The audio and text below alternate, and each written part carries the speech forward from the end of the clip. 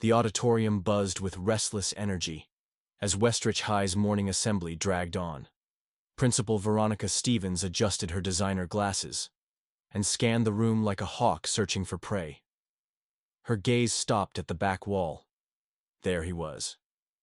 Johnson Williams. Tall, quiet. Standing instead of sitting like the rest. Her heels clicked menacingly across the polished floor as she approached, each step slicing through the hum of student chatter. "Mr. Williams," she barked, voice cutting the air clean. "Why are you not seated with your classmates?" Johnson shifted, tension climbing his spine. "My back's hurting, Principal Stevens," he said, low but steady. Her lips curled into a tight, polished smile. "Can't or won't," she said loudly, making sure every row heard. "We follow rules here. No exceptions." Aisha, seated a few rows ahead, turned in her chair, her eyes flashing with worry. She knew why Johnson couldn't sit. The whole third-period English class did. But Veronica wasn't interested in reasons, only in spectacles. Her sharp gaze dropped to the violin case propped against the wall. "What's this? I wasn't aware you were in the music program." "It's Aisha's," Johnson said, keeping his voice even. "I'm just holding it for her." A cruel smile slid across Veronica's face. "Oh? Then maybe you'd like to showcase your talents at the spring concert. A solo performance. A perfect opportunity to learn about discipline." She shoved the case into his hands without waiting for a reply. I don't play," Johnson stammered. "Then I suggest you learn quickly," she said, turning on her heel, her voice laced with mockery. Laughter bubbled through the auditorium as Johnson stood frozen, clutching the case like a live bomb. "And let this," Principal Veronica called over her shoulder, "be a lesson to all of you about respect for authority." Students snickered as they filed out, shooting glances back at him, some pitying, most amused. "Man can't even read, let alone play," someone muttered. Aisha rushed to his side. "She can't get away with this," she hissed. Johnson shrugged, hollow inside. "She already has. Just like yesterday." Yesterday. The memory burned in his mind. Ms. Reynolds' English class, the broken chair, the sharp metal stabbing his back. His quiet complaints brushed aside, his pain ignored, until she shoved him back down onto it, silencing him with force and humiliation. He hadn't told anyone. Barely told his mother after she found the blood-stained shirt that night. He didn't want more trouble. Trouble never solved anything. Now this. Aisha touched his arm gently. "You don't have to do it," she whispered. "I don't have a choice," Johnson said, voice rough with anger he didn't dare show. His phone buzzed. A message from his mother checking on him. He didn't reply. She had enough to carry already. He stared at the violin case in his hands, the instrument he was supposed to master in 10 days. Meant to be a punishment, meant to break him in front of everyone. But somewhere deep inside, under the sting of humiliation and the cold weight of fear, something else stirred. Not anger, not defeat. A memory. A faded photograph of his father, smiling. A violin tucked under his chin. Maybe, just maybe, Principal Stevens had made a mistake. Johnson stood in the kitchen, his fingers resting on the violin case, his mind replaying the day's humiliation over and over. Principal Stevens's sneer, Ms. Reynolds's cruelty, the laughter of classmates who didn't know, or didn't care, how much he was carrying. "They're not expecting anything from me," he said slowly, feeling the truth of it settle into his bones. "So, anything I do, it'll be a surprise." Aisha's face lit up with a fierce smile. "Exactly. And I have a plan." She outlined it quickly. A simple piece, something clean and emotional, impressive even if imperfect. Johnson listened, doubtful but desperate enough to try. "Show me again where to put my fingers," he said, raising the violin to his chin, wincing as the pressure pulled at his injured back. Aisha guided his hands patiently. Mrs. Williams watched silently from the doorway, pride and worry flickering in her eyes. "This isn't just about proving them wrong," she said softly. "It's about discovering something they never bothered to see in you." Johnson drew the bow across the strings. A terrible screech filled the room, making them all wince. But beneath the scratch, a note struggled to be born. "Again," Aisha urged. Lighter this time. The next attempt was better. Not good, but better. Johnson felt something shift deep inside. Stubbornness hardening into determination. 10 days, he whispered. 10 days to do the impossible. His mother squeezed his shoulder gently. If anyone can do it, you can. For the next 3 days, Johnson lived violin. He woke before sunrise, practicing in the kitchen while his mother slept after long hospital shifts. His fingertips blistered, his back screamed, but he kept going. At school, he skipped lunch, slipping into the old science lab where Mr. Patel, the chemistry teacher, let him practice in secret. "Just don't shatter my beakers with those high notes," Mr. Patel joked, but his eyes were kind. Everywhere Johnson turned, someone seemed willing to help, quietly, without show. The world wasn't all cruelty, but it was a race against time. One afternoon, looking for an empty space, Johnson wandered into the music wing. The halls were silent, the echoes of rehearsals long gone. Finding an open practice room, he slipped inside, lifted the violin, and began to play the broken melody Aisha had taught him. He was so focused he didn't hear the door creak open. "What do you think you're doing?" Johnson spun, nearly dropping the violin. Mr. Carter, the school's music teacher, stood in the doorway, arms crossed, eyebrow raised. "I'm sorry, sir," Johnson stammered. "I just needed somewhere to practice." Mr. Carter's frown deepened. "Since when are you in the music program?" "I'm not," Johnson admitted. "Principal Stevens, she's making me play. As punishment." A shadow crossed Mr. Carter's face. He stepped inside, studying the boy who stood stiffly, violin trembling in his hands.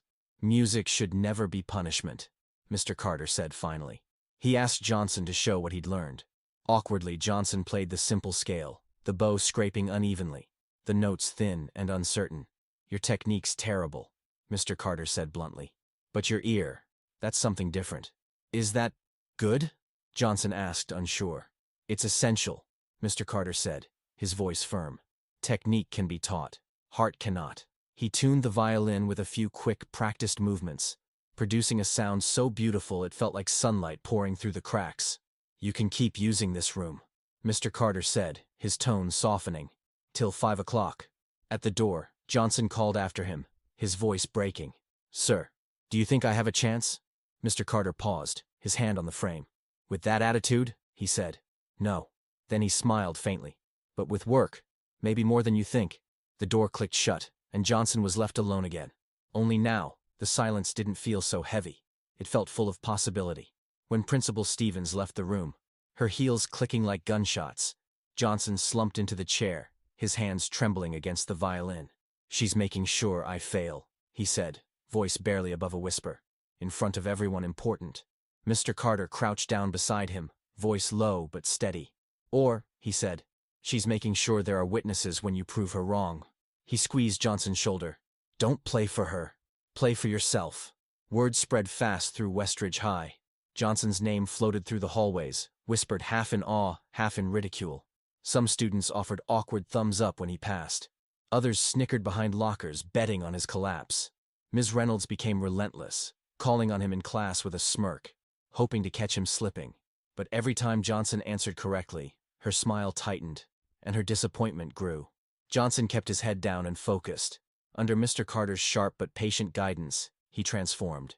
Johnson's instincts surprised even the music teacher. After hearing a passage once, Johnson could mimic it almost perfectly, a gift even some seasoned musicians lacked. "You're playing by ear," Mr. Carter said after one practice. "That's rare." Johnson shrugged, uncomfortable with the praise. "I don't really read music. I just feel it." "Good," Mr. Carter said firmly. "We don't have time for theory. Feeling is stronger." Their new strategy was simple. Play from instinct. Build muscle memory. And let raw emotion carry him where technique could not. Day after day, Johnson chipped away at the impossible. The first half of Bach's Minuet in G slowly came alive under his fingertips. Imperfect, rough around the edges, but real. Not polished, not academic. Honest.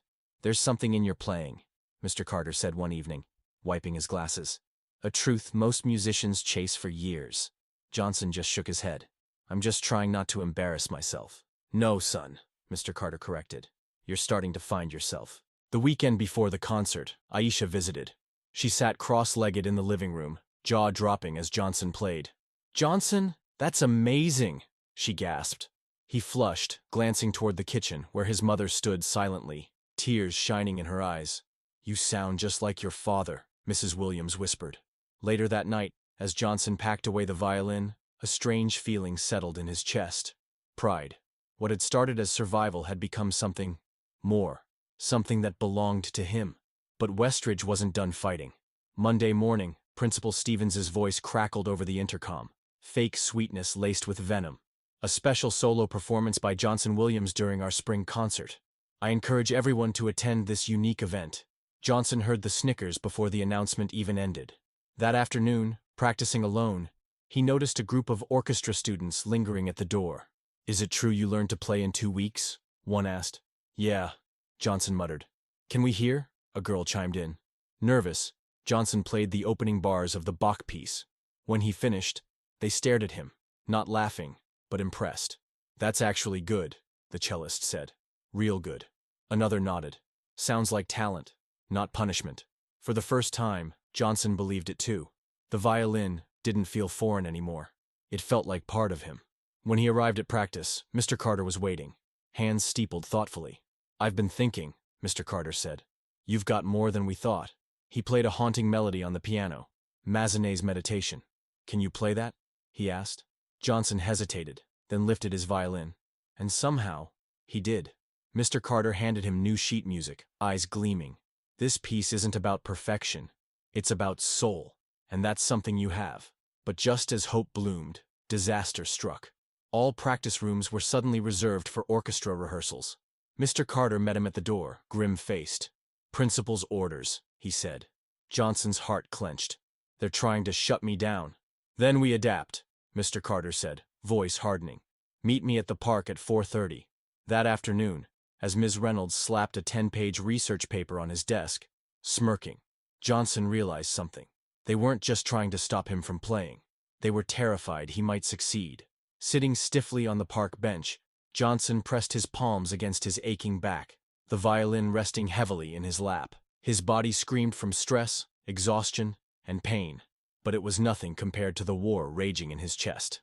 "You're holding too much tension," Mr. Carter observed, crouching in front of him. "Is the injury worse?" Johnson nodded reluctantly. "You know what Ms. Reynolds did wasn't just unfair. It was assault," Mr. Carter said, his voice low but burning. "Who would believe me?" Johnson muttered. "Principal Stevens would say I was making excuses."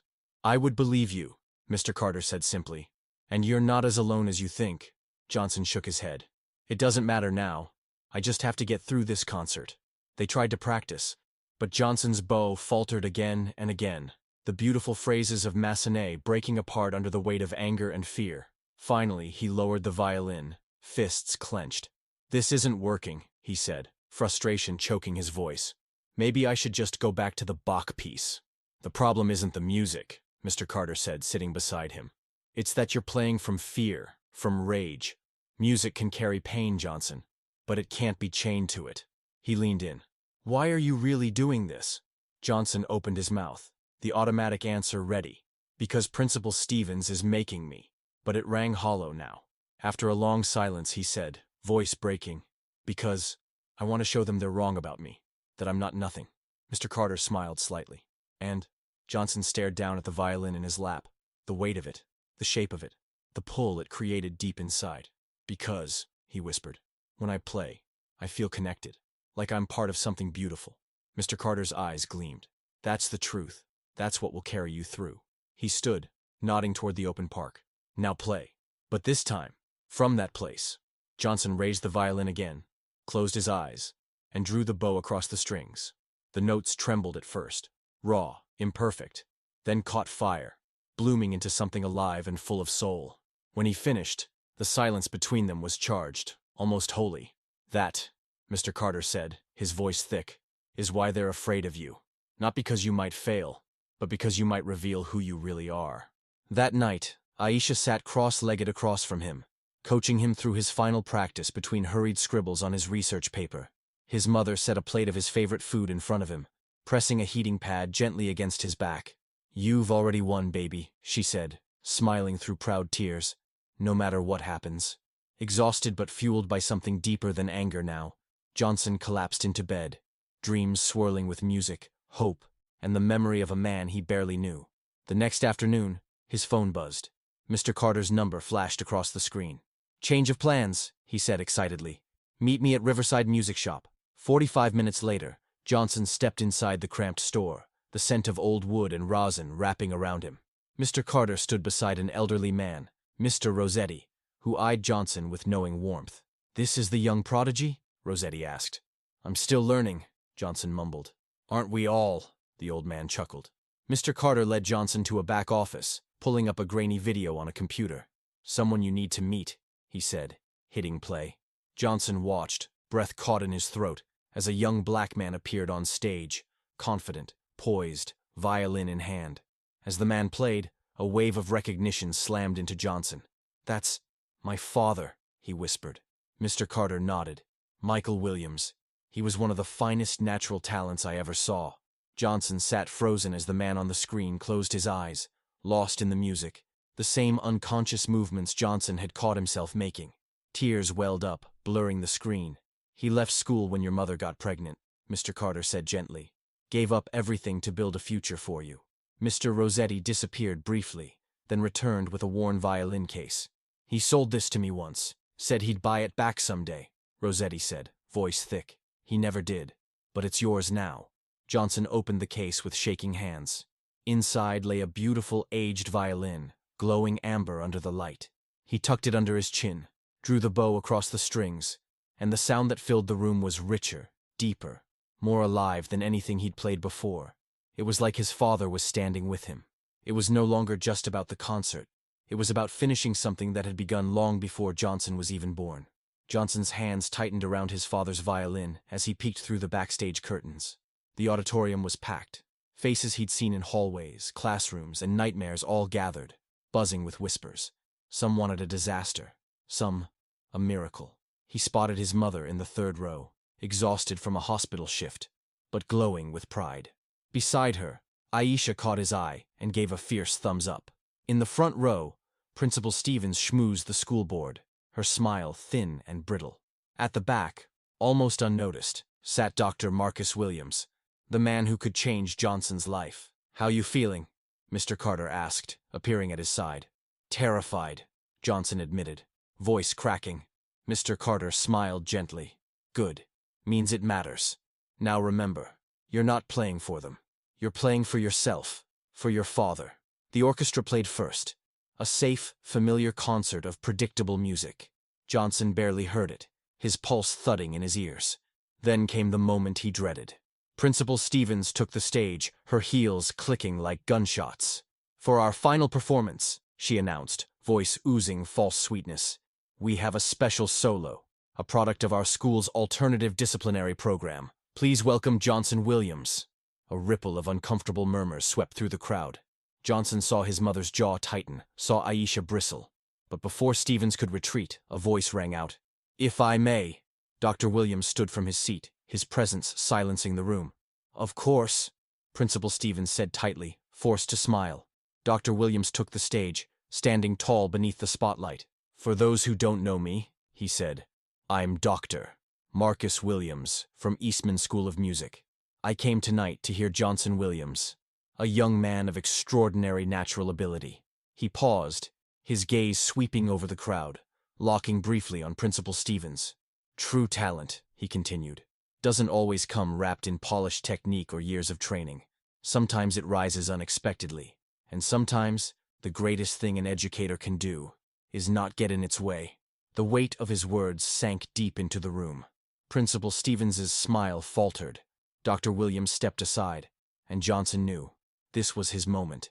Clutching the violin like a lifeline, he walked onto the stage. The lights blinded him for a heartbeat. The faces blurred together into a wall of pressure. He spotted his mother again, Aisha's encouraging nod, Mr. Carter's steady gaze, and somewhere beyond the noise, the spirit of his father, waiting. Johnson closed his eyes, breathed deep, and raised the bow. The first note trembled from the strings, uncertain, but then another followed, stronger. The haunting melody of meditation filled the auditorium, weaving through the hush. He forgot about the audience, forgot about humiliation, forgot about pain. In that moment, it was just him, his father's violin, and the music flowing through his veins like memory. The violin sang, aching, defiant, proud. He played not to prove anything, he played to claim something already his. When the final note faded into the silence, Johnson opened his eyes. For a heartbeat, the world held still. Then, a single clap. Then another. Then the whole room rising in a roaring ovation. In the front row, Principal Stevens sat frozen, her hands limp in her lap. Beside her, Ms. Reynolds looked like she'd swallowed a lemon. But it didn't matter. Johnson wasn't looking at them. He was looking at his mother, crying openly now, and Aisha grinning so wide it looked painful, and Mr. Carter nodding slowly, pride glowing in his eyes. He wasn't just a kid forced to perform. He was a musician, and no one, not Principal Stevens, not Ms. Reynolds, not anyone, could ever take that away. The last note from Johnson's violin hung in the air, trembling with power, before dissolving into a thunderous standing ovation. This time, the applause wasn't polite. It was electric, genuine, earned. Johnson bowed low under the golden lights, clutching the violin that had once belonged to his father. In the audience, his mother stood wiping away tears. Mr. Carter clapped with quiet pride, and Aisha beamed, her excitement lighting up the room. But Johnson wasn't playing for them. He wasn't even playing for Dr. Williams, who had opened the door to his future. He had played for himself, and for the man whose dreams had been stitched into the wood and strings of this old violin. Later that night, as Johnson packed up backstage, Dr. Williams approached him, his smile wide. "Your father would be proud," he said. "But more importantly, you should be proud. You didn't just survive, Johnson. You soared." Before Johnson could respond, reporters swarmed the hallway. The story of the boy forced into a violin solo who stunned an entire town had spread faster than wildfire. The Tribune ran the headline, "Hidden Talent, from Humiliation to Triumph." But the bigger story was unfolding elsewhere. At the county courthouse 3 weeks later, Johnson watched from the back as Principal Stevens and Ms. Reynolds faced judgment. The investigation had exposed not just his abuse, but years of discriminatory practices buried under excuses and false authority. "The role of an educator is to uplift," the prosecutor said, voice ringing through the courtroom, "not to humiliate and harm." Stevens sat rigid, her face carved from stone. Reynolds wept silently beside her. They were stripped of their licenses, their legacy reduced to a cautionary tale. When reporters rushed him outside the courthouse, Johnson simply shook his head. "You don't owe them your story," his mother whispered, slipping her hand into his. "It's yours to tell, or not." He smiled, grateful for her strength. Back at Westridge High, things changed, truly changed. Dr. Gaines took permanent leadership, bringing reforms the school desperately needed. Mr. Carter was named head of the music department, and a new mentorship program was born, ensuring no hidden talents would ever again be ignored. Meanwhile, Johnson's world expanded. The Eastman School of Music not only offered him a full scholarship to their summer program, they invited him to perform at their spring showcase. In Kilburn Hall's soaring acoustics, Johnson stood under the lights, his father's violin warm against his shoulder. He closed his eyes and played, not for the pain of the past, not even for the audience that roared in admiration. He played for the boy who once thought he had no voice, and for the man he was becoming. The final note lingered, filling the hall with a sound too big to be broken, too alive to be denied.